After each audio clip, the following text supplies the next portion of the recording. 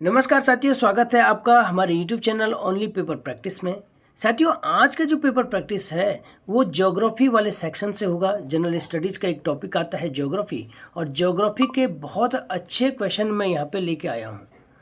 साथियों, प्रत्येक प्रश्न को हम बहुत विस्तार से चर्चा करेंगे, आपका कॉन्सेप्ट क्लियर करवाएंगे, और आने वाली जो भी आपकी परीक्षाएँ होगी, जो भी आप तैयारी कर रहे हैं, चाहे सेंटर की चाहे स्टेट की, तो वहाँ पे जनरल स्टडीज जीएस का आपका बहुत ज़्यादा पोर्शन यहाँ पे हम लोग क्लियर करवाएंगे, है ना। तो आप चाहे यूपी से, उत्तराखंड, यूपी, बिहार, राजस्थान, जहाँ से भी आप लोग तैयारी कर रहे हैं, तो जनरल स्टडीज़ का आप लोग यहाँ पे पेपर प्रैक्टिस सेट कर सकते हैं। ठीक है, तो देखेंगे यहाँ पर केवल पेपर प्रैक्टिस सेट ही नहीं, बल्कि हम इसको बहुत विस्तार से भी चर्चा करते हैं। चलिए पहला प्रश्न देख लेते हैं। आज का पहला प्रश्न है, भारत की प्रादेशिक समुद्री सीमा की लंबाई कितनी है? ऑप्शन है 12 समुद्री मील, 24 समुद्री मील, सी है 200 समुद्री मील, और डी है 51 समुद्री मील। तो साथियों, राइट आंसर हो जाएगा इसका option A. Right answer option A हो जाएगा, 12 समुद्री मील भारत की प्रादेशिक समुद्री सीमा की लंबाई है। तो इस क्वेश्चन को बहुत विस्तार से जानेंगे। क्या है साथियों, क्या हुआ कि कोई भी देश जिसकी जो समुद्र से लगा हुआ है, तो समुद्र पर उसका अधिकार कितना होना चाहिए?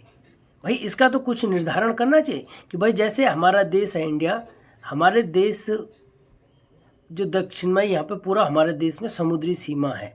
अब समुद्र पर हमारा कितना अधिकार होना चाहिए, इसके लिए कुछ काम करना था। तो अगर इसके लिए कोई संगठन का गठन करना था, तो यूएन यहाँ पे एक्टिव होगी, जो हमारा यूनाइटेड नेशंस है। तो यूनाइटेड नेशन ने एक संगठन की स्थापना की, जिसको हम कहते हैं अनक्लॉस। क्या कहते हैं? अनक्लॉस। ठीक है, एक संगठन की स्थापना की जिसका नाम है अनक्लॉस।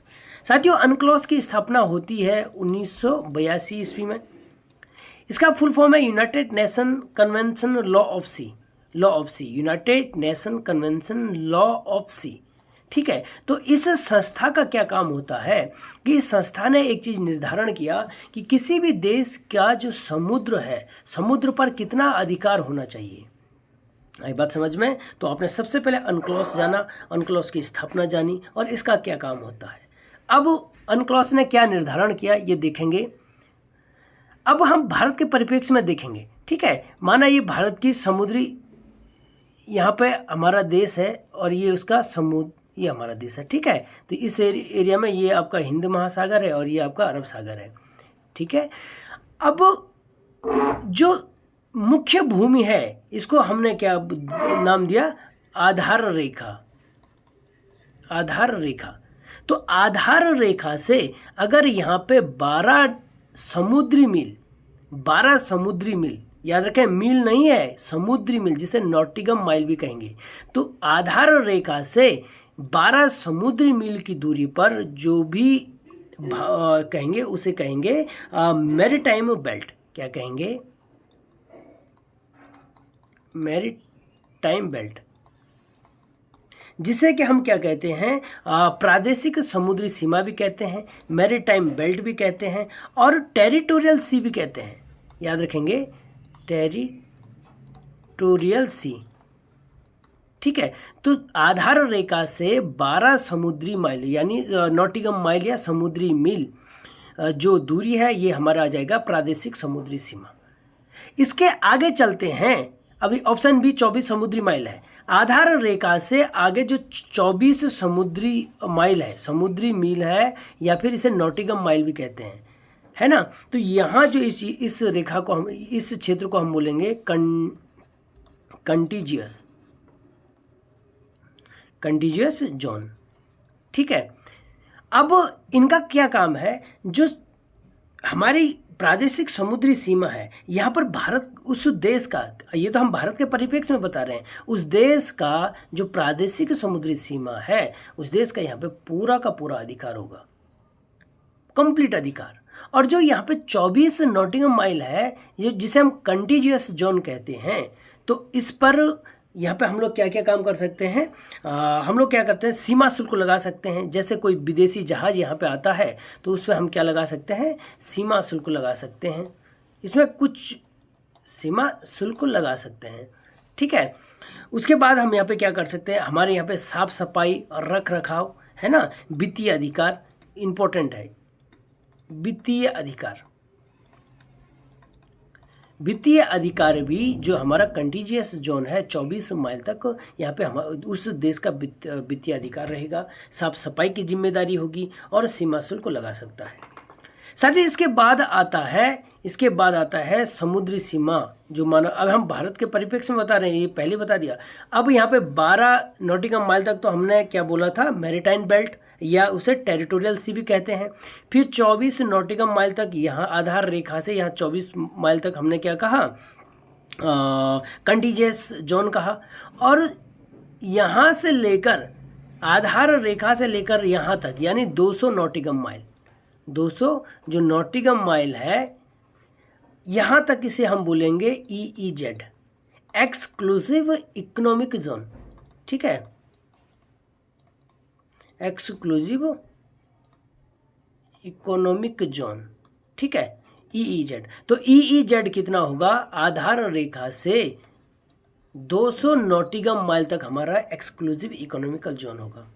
आई बात समझ में। यहाँ पे क्या होता है, जो 200 नॉटिकल माइल तक हम क्या कर सकते हैं, यहाँ पे रिसर्च कर सकते हैं। कोई भी देश अपने समुद्री सीमा में आधार रेखा से 200 नॉटिकल माइल तक रिसर्च कर सकता है ना,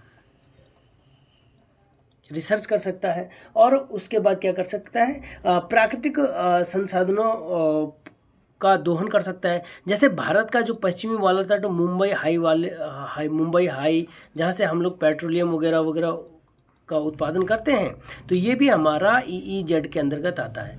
हम इससे बाहर नहीं जा सकते हैं। आई बात समझ में। ऐसा नहीं कि हम यहाँ से चलते चलते बहुत आगे तक पहुँच गए, 200 नॉटिकल माइल तक ही हम लोग यहाँ पे क्या कर सकते हैं, प्राकृतिक संसाधनों का दोहन कर सकते हैं। जैसे ही 200 नॉटिकल माइल से जो आगे जो समुद्री क्षेत्र होगा, वहाँ पे सभी देशों के, विश्व के सभी देशों का समान अधिकार होगा, जिसे कि हम क्या, कौन सा जोन कहते हैं, हाई सी कहते हैं हम इसे।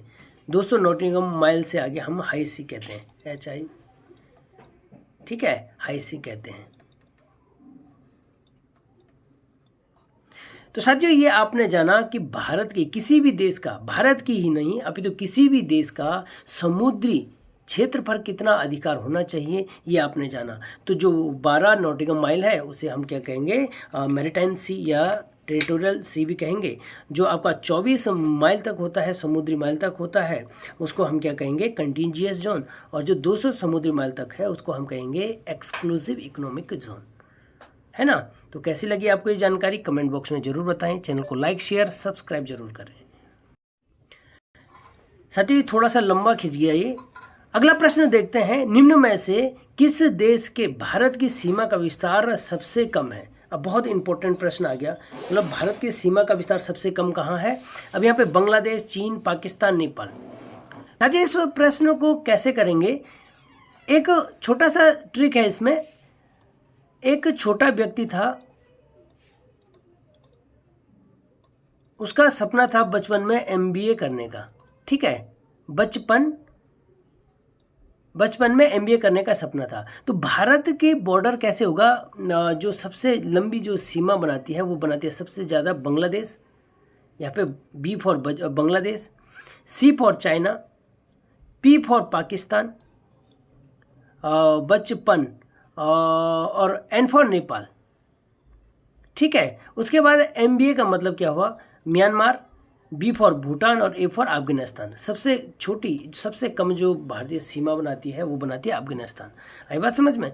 इस वाले A को आप छोटा लिखेंगे, है ना, और यहाँ MBA को बड़ा लिखेंगे। तो बांग्लादेश, चाइना, पाकिस्तान, नेपाल, तो ये है आपके घटते हुए क्रम में।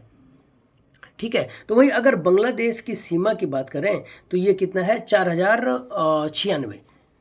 कितना है, 4096 किलोमीटर लगभग है। पॉइंट कुछ में भी है, लेकिन इतना याद करने की आपको ज़रूरत नहीं है। और उसके बाद चाइना की सीमा, जो चाइना के साथ सीमा है कितनी है, 3488 किलोमीटर। उसके बाद पाकिस्तान के साथ जो भारत की सीमा लगती है वो लगती है 3323, यानी 33 किलोमीटर। ठीक है, तो ये था भाई आपका भारत की समुद्री सीमा का विस्तार। अगला प्रश्न है, निम्न में से वायु द्वारा निर्मित स्थलाकृति बताएं। तो वायु द्वारा निर्मित स्थलाकृति को आप लोग जानेंगे। सबसे पहले है इंसेलबर्ग, ज़्यूगेन, अच्छा नहीं है लिखा हुआ है, निम्न में से वायु द्वारा निर्मित स्थलाकृति नहीं है। तो इंसेलबर्ग, ज़्यूगेन, वरखान और हॉर्न। तो साथियों राइट आंसर हो जाएगा इसका, वायु द्वारा निर्मित स्थलाकृति क्या है, नहीं है, तो हॉर्न आ जाएगा इसका। जो हॉर्न है ये किसके द्वारा निर्मित होती है, ये है हिमानी के द्वारा। किसके द्वारा, हिमानी के द्वारा। डिटेल से जानेंगे साथियों। आपने पहले भी मैं आपको बता चुका हूँ कि हमारी जो वायु है, वायु के चलने से हमारे कुछ धरती पर स्थलाकृति बनती है। अब यहाँ पे सबसे पहले जानेंगे इंसेलबर्ग। इंसेलबर्ग क्या होता है।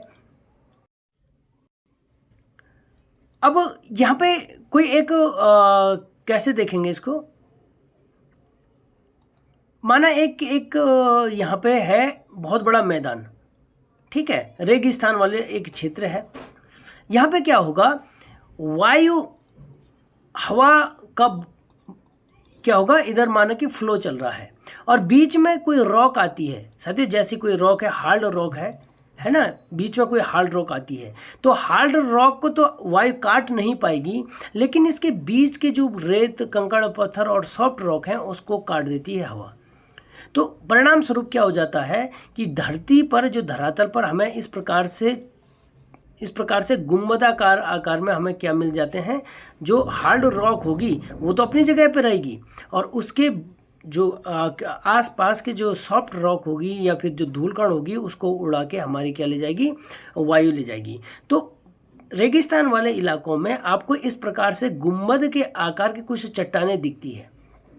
तो साथियों वो बेसिकली किसके द्वारा बनाए गए थे, वो वायु के द्वारा। वायु क्या करती है कि हार्ड रॉक को तो काट नहीं पाती है, लेकिन सॉफ्ट रॉक को यहाँ से उड़ा के ले जाती है। तो परिणाम स्वरूप जो धरातल पर हमें क्या मिलता है, ये इस प्रकार से टीले मिलते हैं हमें गुंबदाकार आकार के, ठीक है। तो उसे हम इंसेलबर्ग कहते हैं। उसी प्रकार एक आता है ज़्यूगेन। ज़्यूगेन भी लगभग ऐसा ही होता है, ज़्यूगेन भी, बस उसमें अंतर इतना होता है कि यहाँ पे टीले नहीं दिखाई देते हैं, अपितु जो धरातल है, अब टीले तो धरातल के ऊपर दिखाई दी हमें, लेकिन ज़्यूगेन क्या होता है, अब इस प्रकार से हमारी धरातल बनी हुई है। यहाँ पे सबसे नीचे है हार्ड रॉक, फिर यहाँ पे कहीं हार्ड रॉक है, कहीं पे सॉफ्ट रॉक है, ठीक है, जैसे आग्नेय चट्टान से बनी है। तो आग्नेय चट्टान को तो काट नहीं पाएगी, लेकिन जो उसके बीच का जो एरिया होगा उसको क्या कर देती है, वायु काट देती है। तो परिणाम स्वरूप क्या हो जाता है कि यहाँ पे कुछ ऐसी स्थलाकृति दिखाई देती है हमें, कैसे, कहीं पे खाली स्थान, कहीं पे सॉफ्ट रॉक, है ना। तो अब आप ये लगभग इंसेलबर्ग जैसा ही तो दिख रहा है हमें, लेकिन इंसेलबर्ग में पूरी धरातल में इस प्रकार के टीले दिखाई देते हैं, लेकिन ज़्यूगेन में ऐसा नहीं दिखाई देगा। ज़्यूगेन में हमें धरातल के नीचे हमें क्या गड्ढे गड्ढे से दिखाई देंगे, दिखाई पड़ते हैं। आई बात समझ में, जहाँ पे कि सॉफ्ट रॉक को तो वायु ने काट दिया, लेकिन हार्ड रॉक को वायु नहीं काट पाई, ठीक है। अगला जो था यहाँ पे बरखान। बरखान बहुत इंपॉर्टेंट है। बरखान क्या है कि माना रेगिस्तानी इलाके ऐसे होते हैं ना, इस प्रकार से रेगिस्तान ऐसे होते हैं, ऐसे। अब माना कि यहाँ पे ये वाला स्थान है, इस प्रकार से रेती रेत है, यहाँ पे वायु यहाँ से आएगी और इस वाले एरिया से क्या करेगी, वायु को लेके जाएगी और यहाँ पे तीव्र ढाल का निर्माण कर देगी। यहाँ से तो लेके गई और यहाँ पे तीव्र ढाल का निर्माण कर देगी। तो इसी पूरे एरिया को बरखान कहते हैं। रेतीले इलाकों में जहाँ पे जितने ज़्यादा बरखान होंगे वहाँ पे चलना बहुत मुश्किल होता है, ठीक है। तो ये बड़े डेंजर क्षेत्र होते हैं बरखान वाले क्षेत्र और रेतीले वाले इलाकों में। जो हॉर्न होता है साथियों, हिमानी द्वारा स्थलाकृति मैंने आपको बताई थी। जो ये पर्वत है, सपोज ये पर्वत है, इस पर्वत पे बहुत सारे बर्फ़ हैं, तो बर्फ़ तो पिघलते रहेंगे ना, बर्फ़ क्या रहेंगे, पिघलते रहेंगे। और बर्फ़ पिघलने से क्या होगा, यहाँ पे मिट्टी का कटाव होता रहेगा, लेकिन परिणाम स्वरूप यहाँ पे कुछ क्या, कैसी रॉक मिल जाएगी, हार्ड रॉक मिल जाएगी। भाई मिट्टी का कटान तो हो गया, अब यहाँ पे केवल कैसी रॉक मिल गई आपको, ये हार्ड रॉक मिल गई और बर्फ़ के द्वारा मिट्टी वगैरह को लेके तो नीचे चले गई। तो आपने देखा ऊंचे ऊंचे पर्वतों में आपको खड़ी चट्टान दिखती है, तो उसको हम हॉर्न कहते हैं, ठीक है, हॉर्न कहते हैं। पूरे के पूरे चट्टान है तो उसे हम हॉर्न के सींग की तरह दिखाई देते हैं। तो साथियों ये था वायु द्वारा निर्मित स्थलाकृति। चलिए आगे देखते हैं। बहुत अच्छा क्वेश्चन आ गया एक बार फिर से। सही विकल्प का चुनाव करें। उत्तरी अमेरिका की सबसे ऊंची चोटी माउंट मैकिनले है। बिल्कुल सही विकल्प का चुनाव करना है। तो पहला ऑप्शन बिल्कुल सही है हमारा, उत्तरी अमेरिका की सबसे ऊंची चोटी माउंट मैकिनले है। अच्छा, माउंट मैकिनले कहाँ है? अलास्का में। जो अलास्का आप जानते हैं, मैप बनाता हूँ मैं यहाँ पे उत्तरी अमेरिका का, ठीक है, अगर बना पाया तो ये है उत्तरी अमेरिका का मैप। तो यहाँ पे जो ये वाला क्षेत्र है ये है अलास्का। इस वाले क्षेत्र में तो यूएसए है हमारा ना, यूएसए, और इसके ऊपर है हमारा कनाडा। तो ये अलास्का कनाडा में नहीं आता, ये यूएसए का क्षेत्र है। आई बात समझ में? तो अलास्का में एक पर्वत है जिसे हम कहते हैं माउंट मैकिनले, ठीक है। तो ये सबसे ऊंची चोटी है किसकी? अच्छा, अलास्का श्रेणी होती है यहाँ पे। अलास्का जैसे एवरेस्ट है ना, तो किसकी श्रेणी है? हिमालय की श्रेणी है ना। तो उसी प्रकार माउंट मैकिनले अलास्का की एक श्रेणी है। अगला दूसरा है यूरोप की सबसे ऊंची चोटी माउंट एल्ब्रुस। बिल्कुल राइट है। माउंट एल्ब्रुस यूरोप की सबसे ऊंची चोटी है जो एशिया और यूरोप की भी सीमा बनाती है। माउंट एल्ब्रुस एशिया और यूरोप की भी माउंट एल्ब्रुस नहीं बनाती ये तो। अच्छा, कौन से पर्वत का है? कॉकेसस पर्वतमाला आती है एक, और कॉकेसस पर्वतमाला जो है श्रेणी है ये यूरोप और एशिया की सीमा बनाती है। और इसकी जो सबसे ऊंची चोटी है कॉकेसस पर्वत की वो है माउंट एल्ब्रुस, और यही माउंट एल्ब्रुस यूरोप की सबसे ऊंची चोटी है। सी है अफ्रीका की सबसे ऊंची चोटी है माउंट किलिमंजारो। बिल्कुल, माउंट किलिमंजारो अफ्रीका की सबसे ऊंची चोटी है, ठीक है। तो अफ्रीका में पड़ता है माउंट किलिमंजारो, बिल्कुल राइट है। ऑस्ट्रेलिया की सबसे ऊंची चोटी माउंट क्यूशिस्को। तो क्यूशिस्को ऑस्ट्रेलिया की सबसे ऊंची चोटी है जो ऑस्ट्रेलिया के दक्षिण में पाए जाते हैं। ये कौन सा वाला क्षेत्र है ये? ऑस्ट्रेलिया का दक्षिण में एक तो विक्टोरिया प्रांत के ऊपर है एक प्रांत, याद नहीं आ रहा है। ऑस्ट्रेलिया का मैप देखेंगे आप, इस प्रकार से है ना, इस प्रकार से ऑस्ट्रेलिया का मैप है ना। तो यहाँ पे है विक्टोरिया के ऊपर न्यू एस करके एक जगह है, तो वहाँ पे है माउंट क्यूसिस्को। आई बात समझ में? तो इसकी लोकेशन आप देख सकते हैं। ऑस्ट्रेलिया का कौन सा किनारा आएगा? दक्षिण पूर्वी वाला किनारा। दक्षिण तो ये हो गया और पूर्वी वाला किनारा, ठीक है। तो ये था भाई। तो राइट आंसर हो जाएगा option 1 2 3 4, 1 2 3 4 right answer option C right answer आ जाएगा साथियों, ठीक है। 1 2 3 4। चलिए अगला जानते हैं भाई। एशिया की सबसे ऊंची चोटी तो पता होगी आपको, एवरेस्ट ही तो है यार, दुनिया की भी है। अगला प्रश्न है क्षेत्रफल के अनुसार विश्व के द्वीपों का आरोही क्रम होगा। बहुत इंपॉर्टेंट। क्षेत्रफल के अनुसार विश्व के द्वीपों का आरोही क्रम मतलब बढ़ता हुआ क्रम, समझ रहे हैं? तो सबसे बड़ा लास्ट में होगा। आरोही होता है, बढ़ता हुआ क्रम होता ना। तो सबसे बड़ा जो द्वीप है वो है ग्रीनलैंड, ये तो आपको पता होना चाहिए। तो ये तो सबसे लास्ट में आएगा ग्रीनलैंड। उसके बाद आता है, ग्रीनलैंड के बाद आता है न्यू गिनी। ऑस्ट्रेलिया के ऊपर वाला तट है जो न्यू गिनी, उसके बाद दूसरे नंबर पे आता है। तो 4 2 ऑप्शन, तो राइट आंसर तो आपको मिल गया सी।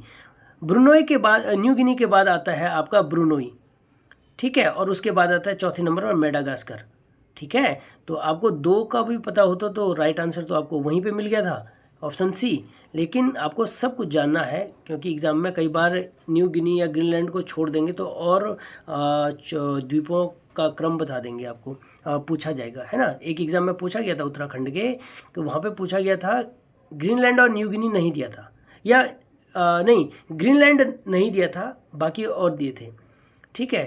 तो यहाँ पे मेडागास्कर चौथे नंबर पे आ गया, न्यू गिनी दूसरे नंबर पर, ब्रुनोई। अच्छा, ब्रुनोई एकमात्र ऐसा द्वीप है जो कि 3 देशों से, बोर्नियो है यार, ब्रुनोई नहीं, बोर्नियो। तो 3 देशों पर बोर्नियो जो द्वीप है उसका अधिकार है। एक है आपका ब्रुनोई, ठीक है, और एक कौन सा है? Indonesia, Malaysia. एक है मलेशिया और दूसरा आपका हो जाएगा इंडोनेशिया।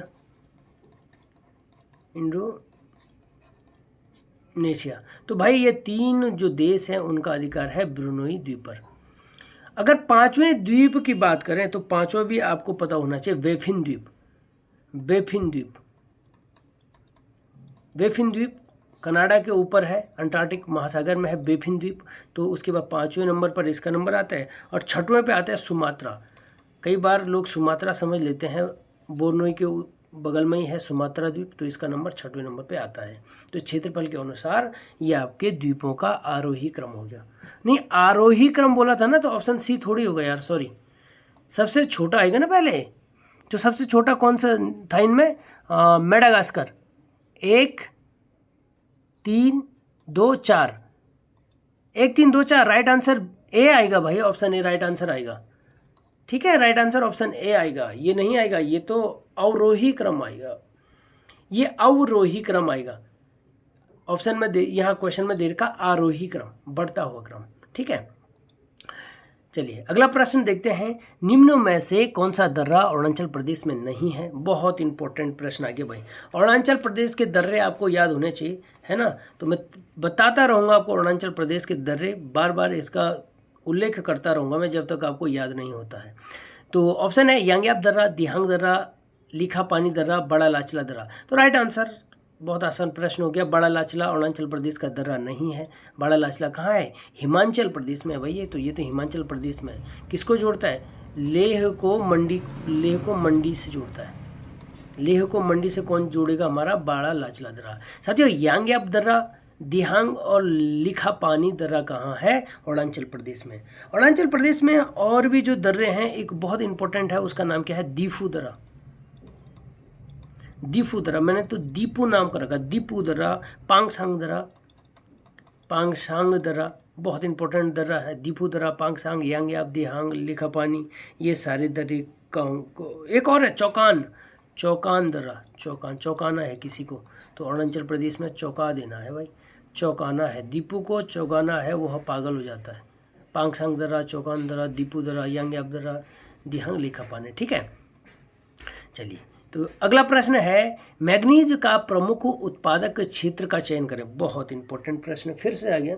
मैग्नीज का प्रमुख उत्पादक क्षेत्र का चयन करें, तो right answer option A Keonjhar, Kudremukh, Salem, Kozhikode. तो यार अगर आपने पढ़ा होगा तो मैंने पहले भी ज्योग्राफी वाले सेक्शन में बता रखे हैं, तो राइट आंसर आ जाएगा केंदुझर। इसलिए बहुत आसान हो जाएगा, क्योंकि कुद्रेमुख, सालेम और कोझिकोड तो ये तो लोहे की खान है ना यार, लोहे की खान है। आई बात समझ में? सालेम कहाँ है आपका? तमिलनाडु में हो गया। कोझिकोड आपका केरल में हो गया। कुद्रेमुख कहाँ है? कर्नाटक में कुद्रेमुख हो गया। तो साथियों ऑप्शन इजी हो गया, केंदुझर हो गया आपका मैग्नीज का प्रमुख उत्पादक क्षेत्र। साथियों जो मैग्नीज है ना, मैग्नीज, तो ये लौह जो इस्पात कारखाने हैं, लौह इस्पात कारखाने में ये रॉ मटेरियल का काम करते हैं मैग्नीज। ठीक है, तो भाई आपने ये देखा। आगे अगर और देख लेंगे हम इसका मैग्नीज का ना, भारत अगर मैग्नीज के उत्पादन में विश्व में 7वां स्थान है। भारत का मैग्नीज के उत्पादन में विश्व में 7वां स्थान है। और मैग्नीज के कुछ अन्य क्षेत्र देख लेंगे। उड़ीसा का जो महत्वपूर्ण क्षेत्र है, एक है केंदुझर हो गया, एक है क्योंझर हो गया, केंदुझर हो गया, और एक है बोनाई। बहुत इंपॉर्टेंट क्षेत्र है बोनाई। ये मैग्नीज के लिए सबसे ज़्यादा प्रसिद्ध क्षेत्र है। ठीक है, और लोहे की यहाँ पे 3 क्षेत्रों के लोहे के। अच्छा, लोहे की बहुत बड़ी खान है, बहुत बार बार पूछे जाते हैं एग्जाम में, बेलाडीला की खान। बेलाडीला की खान छत्तीसगढ़ में है ना, छत्तीसगढ़ में है, पता नहीं, हाँ छत्तीसगढ़ में है, ये तो छत्तीसगढ़ में है बेलाडीला की खान। ठीक है, तो यह लोहे के उत्पादन की, लोहे का क्या है, बहुत बड़ी खान है। अगला प्रश्न है, किस औद्योगिक नीति के तहत उद्योगों को सार्वजनिक, निजी तथा संयुक्त क्षेत्रों में विभाजित किया गया? तो ऑप्शन ए है पहली औद्योगिक नीति, सॉरी थोड़ा डिस्टर्ब हो रहा है। दूसरा है ऑप्शन बी दूसरी औद्योगिक नीति, सी है नई औद्योगिक नीति, और डी है इनमें से कोई नहीं। तो साथियों राइट आंसर हो जाएगा इसका, जो दूसरी औद्योगिक नीति थी 1956 में। तो यहाँ पे औद्योगिक नीति जो इसमें क्या किया गया था, जो उद्योगों को सार्वजनिक, निजी और संयुक्त क्षेत्रों में विभाजित किया गया था। साथियों, पहली अगर औद्योगिक नीति की बात करें तो हमारे देश में पहली औद्योगिक नीति कब आई थी? पहली औद्योगिक नीति आई थी हमारे देश में, कब आई थी? 1948 में तो आई थी यार। हाँ, 1948 में पहली औद्योगिक नीति आई थी। और पहले औद्योगिक नीति की घोषणा एक एग्जाम में पूछा जाता है, एक प्रश्न पूछा जाता है कि पहली औद्योगिक नीति की घोषणा किसने की थी? तो उस समय उद्योग मंत्री थे डॉक्टर श्यामा प्रसाद मुखर्जी। श्यामा प्रसाद मुखर्जी, ठीक है। तो आप याद कर सकते हैं पहली औद्योगिक नीति की घोषणा डॉक्टर श्यामा प्रसाद मुखर्जी ने कब की थी? 1948 में। अच्छा, डेट की बात करें तो 6 अप्रैल आएगा, ठीक है। 6 अप्रैल 1948 में भारत में पहली औद्योगिक नीति की घोषणा हुई थी। दूसरी औद्योगिक नीति 1956, जहां पे कि सार्वजनिक, निजी और संयुक्त क्षेत्रों का विभाजन किया गया था। जो नई औद्योगिक नीति आई थी, एक आई थी 1991 इसमें, बहुत इंपॉर्टेंट है भाई ये। तो 1991 की जो औद्योगिक नीति थी, साथियों कहते हैं कि 1990 के आसपास तक भारत का सरकारी खजाना लगभग खत्म हो चुका था और भारत में वित्तीय आपातकाल लगने ही वाला था, है ना। तो इस वित्तीय आपातकाल से निपटने के लिए हमारे डॉक्टर मनमोहन जी के द्वारा बहुत ज़्यादा काम किया गया। और यहीं पे हमारी जो औद्योगिक नीति 1991 वाली आती है, इसमें हमने जो 3 काम किए थे, एक था उदारीकरण, वैश्वीकरण और निजीकरण। वैश्वीकरण और निजीकरण ये क्या होता है साथियों? बस शॉर्ट में जान लेते हैं इसे। उदारीकरण, हमने अपने जो हमारे औद्योगिक जो नीति है उसको हमने बहुत उदार बना दिया। पहले जो हमारी औद्योगिक नीति थी तो वो एक बंद अर्थव्यवस्था टाइप की थी, यानी कि जो बाहर से लोग कंपनियां हमारे देश में आती थी, उनके लिए जो लाइसेंसिंग प्रणाली थी वो बहुत ही ज़्यादा टफ थी। तो बाहर से यहाँ पे लोग आते नहीं थे, यानी बाहर के जो उद्यमी थे तो वो हमारे देश में आसानी से अपने कारखाने स्थापित नहीं करते थे। तो अब 1991 के बाद हमने जो नीति बनाई, बड़ी उदार नीति बनाई। वैश्वीकरण यानी ग्लोबलाइजेशन, पूरे विश्व को आमंत्रण दिया, भाई आइए हमारे देश में इन्वेस्ट करिए। निजीकरण यानी हमने प्राइवेट क्षेत्र की ओर हमने कदम रखा, जिससे कि बहुत सारी कंपनियां, प्राइवेट कंपनियां ही हमारे देश में आने लग गई, है ना। तो ये बहुत ज़्यादा इम्पोर्टेंट है, जहाँ पे उदारीकरण, वैश्वीकरण, निजीकरण की भी लागू हुई थी। कहाँ पे? 1991 में, ठीक है। तभी तो मनमोहन सिंह जी को लोग तारीफ करते हैं। मनमोहन सिंह जी की तारीफ इसीलिए तो होती है, 1991 में उन्होंने भारतीय अर्थव्यवस्था को बचाया था। तो क्या है, अगला प्रश्न देखते हैं। बराकर नदी किस नदी की सहायक नदी है? ऑप्शन ए दामोदर, ताप्ती, तप्ती हो गई तो ताप्ती, गोदावरी और कावेरी। तो साथियों राइट आंसर हो जाएगा ऑप्शन ए दामोदर।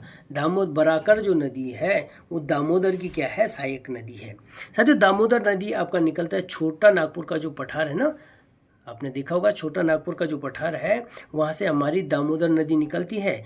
और बंगाल में किससे मिलती है? ये हुगली, बंगाल में हुगली नदी से मिल जाती है हमारी दामोदर नदी, ठीक है। आगे देखेंगे जो ताप्ती जो नदी है, ताप्ती आपने देखा होगा कहाँ से? पूर्व से पश्चिम की ओर बहती है। ताप्ती और नर्मदा तो बहती है, तो ये कहाँ से निकलती है? एक एमपी का बैतूल जिला है, एक बैतूल जिला मध्य प्रदेश से, तो यहाँ से ये ताप्ती नदी निकलती है। अच्छा, ताप्ती की कुछ सहायक नदी, ताप्ती की सहायक नदी के बारे में हम देख लेते हैं। पूर्णा ताप्ती की सहायक नदी है। बैतूल ताप्ती की सहायक नदी हो गई। छिप्रा भी ताप्ती की सहायक नदी है। और इसके एक और है मोर। तो मोर छिप गया पुराने, कहाँ पूर्णा हो गया ना, पुराने, इसको कुछ भी बैतूल। तो आप एक ट्रिक बना सकते हैं ना, मोर छिप गया पुराने, बो का मतलब देख लीजिए, है ना। तो बंगाल की खाड़ी में, तो मोर छिप गया पुराने बंगाल की खाड़ी में। तो बैंत होता ना लकड़ी, बैंत लकड़ी को बोलते हैं। तो बैंत के पीछे, पुराने बैंत के पीछे मोर छिप गया, तो ये ताप्ती की सहायक नदी हो गई। तो यहीं पे हम एक ट्रिक बना सकते हैं, पुराना बैंत के पीछे मोर छिप गया। देखो यहीं पे हमने शॉर्टकट बना दिया। ताप्ती नदी की सहायक नदी की जो सहायक नदी है इसका हम क्या बनाएंगे, शॉर्टकट ट्रिक। पुराने बेंत के पीछे मोर छुप गया, यानी पूर्णा, बेतवा, बैतूल, छिपरा और मोर। ठीक है, गोदावरी की बता दी मैंने सहायक नदी, ये तो बराकर हो गया। एक है कोनार और जमुनिया, कोनार और जमुनिया। जमुनिया जो दो नदी है ये है दामोदर की सहायक नदी। गोदावरी और कावेरी नदी के बारे में मैं पहले की वीडियो में आपको कंप्लीट बता चुका हूँ, है ना, तो बार बार बताना ठीक नहीं है। एक है स्टैनले जलप्रपात। आज का अंतिम प्रश्न है साथियों, समय काफ़ी हो गया तो अंतिम प्रश्न रहेगा, स्टैनले जलप्रपात किस नदी पर स्थित है? कांगो, जाम्बेजी, लिम्फेपो, नील। तो साथियों राइट आंसर हो जाएगा इसका स्टैनले कांगो नदी पर होगा। ठीक है, स्टैनले जो जलप्रपात है वो कांगो नदी पर होगा। साथियों जायरे कांगो ये वही नदी है जो कि भूमध्य सागर को 2 बार काटती है। भूमध्य सागर नहीं, भूमध्य रेखा, सॉरी, भूमध्य रेखा जो हमारी इक्वेटर रेखा है, इक्वेटर लाइन है, तो इसको क्या करती है, 2 भागों में बांट 2 बार काटती है। यानी ये इक्वेटर जा रही, पहले इधर से काटेगी फिर इधर से, ऐसे इस प्रकार से 2 बार काटेगी। जो जाम्बेजी नदी है, जाम्बेजी नदी पर एक प्रपात है बहुत इंपॉर्टेंट, जिसको कहते हैं हम विक्टोरिया जलप्रपात। विक्टोरिया जलप्रपात जाम्बेजी नदी पर है। और एक और बहुत करीबा बांध है वो, करीबा बांध है, करीबा बांध हमारी जाम्बेजी नदी पर है, और जो कि अफ्रीका की सबसे बड़ी क्या है, जल विद्युत केंद्र है करीबा बांध। ठीक है, याद रखेंगे इसे। जो लिम्फोपो नदी है साथियों, लिम्फोपो नदी मकर रेखा को 2 भागों में काटती है, 2 भागों में नहीं, सॉरी, मकर रेखा। देखो भूमध्य रेखा को तो 2 बार कांगो नदी ने काटा, जायरे कांगो, और लिम्फोपो नदी को लिम्फोपो ने मकर जो रेखा है उसको 2 बार क्रॉस किया। ठीक है, तो लिम्फोपो नदी की 2 देशों की सीमा बनाती है, याद करेंगे आप इसे। साउथ अफ्रीका तो आपको पता है क्रिकेट मैच होता है, और उसके ऊपर जिम्बाब्वे है। जिम्बाब्वे और साउथ अफ्रीका के 2 देशों के बीच की सीमा बनाती है लिम्फोपो नदी, जो कि मकर रेखा को 2 बार काटती है। अच्छा, कर्क रेखा को एक नदी काटती है 2 बार, तो वो भारत की है माही नदी। महेंद्र सिंह धोनी, माही नदी भारत की कर्क रेखा को 2 बार काटती है ना। तो साथियों ये था आज का ज्योग्राफी का क्वेश्चन पेपर। कैसी लग रही है आपको ये हमारी ये क्वेश्चनों की ये सीरीज, है ना, बहुत मेहनत से हम लोगों ने बनाया है। तो साथियों बस चैनल को, ये यहाँ पे कुछ लिखा हुआ है भाई, लिखा क्या है, please like share and subscribe. तो साथियों चैनल को लाइक करिए, शेयर करिए, सब्सक्राइब करिए, है ना। हम और भी आने वाले जो हमारा पेपर सेट होगा वो बहुत अच्छे से आपको बताएंगे। साथियों अलग अलग हमने यहाँ पे ना उत्तराखंड के, जो अगर आप लोग उत्तराखंड से हैं, छात्र हैं, तो आपके लिए अलग से एक रैबार सीरीज चला रखी है हमने। ठीक है, रैबार का मतलब जानते हैं उत्तराखंड के निवासी या देहरादून वाले हैं आप लोग, रैबार का मतलब जानते हैं, खबरसार। तो भाई उत्तराखंड रैबार सीरीज के नाम से हम उत्तराखंड जनरल नॉलेज की एक सीरीज चला रखे हैं हमने। तो यहाँ पे हमने उसकी लगभग अभी 4 से 5 वीडियो हमने डाल दिया है।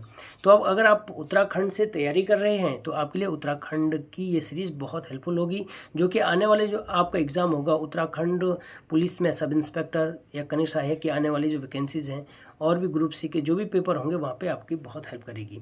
इसके साथ साथ अगर आप लोग अन्य प्रदेशों से हैं, यूपी हो गया, बिहार हो गया, राजस्थान, MP, हिमाचल प्रदेश, या सेंट्रल गवर्नमेंट की किसी भी एग्ज़ाम की आप लोग तैयारी कर रहे हैं, तो जनरल स्टडीज़ की इसी तरीके से आपको और भी सेट यहाँ पे मिलते रहेंगे, है ना। तो साथियों आज का पेपर यही था। आप सबका बहुत बहुत धन्यवाद। नमस्कार।